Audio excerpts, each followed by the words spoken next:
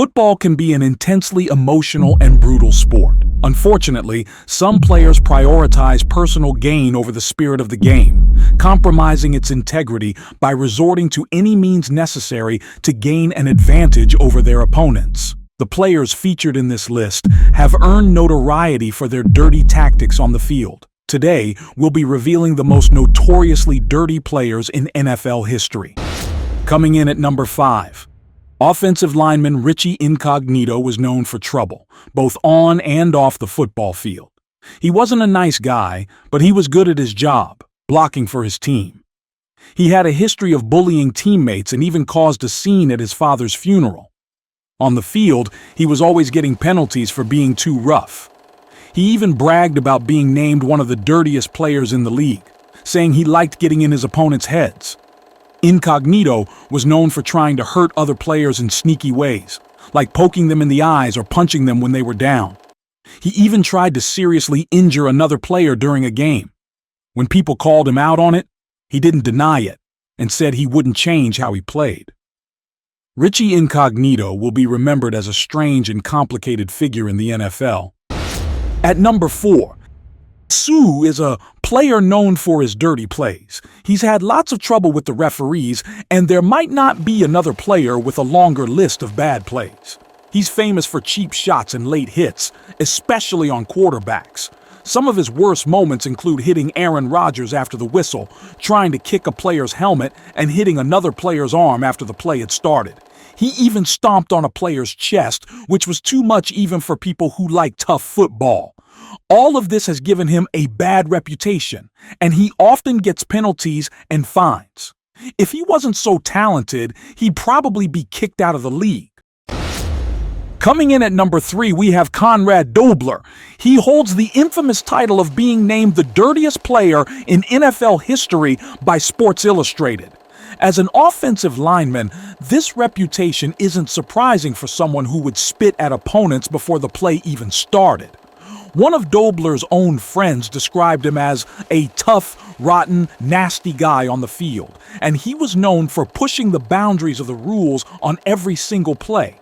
He even earned the nickname Conrad the Biter throughout his career, which speaks volumes about his character. When asked about his reputation, Dobler simply said, "I'll do anything I can get away with." His aggressive style intimidated opponents who were constantly on edge, expecting dirty plays both before and after the snap.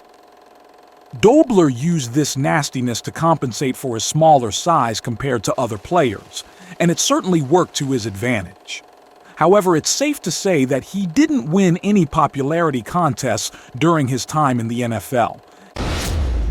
Bill Romanowski's NFL career was marked by a series of infamous incidents that solidified his reputation as one of the league's dirtiest players. From breaking fingers and shattering jaws to spitting in opponents' faces and throwing a microwave at a teammate, Romanowski's actions often crossed the line between aggressive play and outright violence. His intensity was evident from the beginning.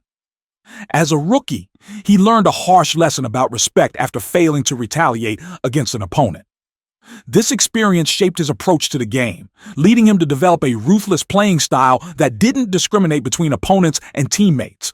He once accidentally hit his own teammate, Jerry Rice, so hard in practice that it sparked a fight.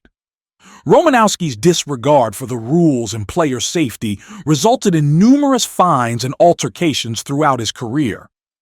He was ejected from a game for repeatedly kicking an opponent in the head, and he infamously spit in the face of J.J. Stokes during a nationally televised game, an act that disgusted even his own teammates.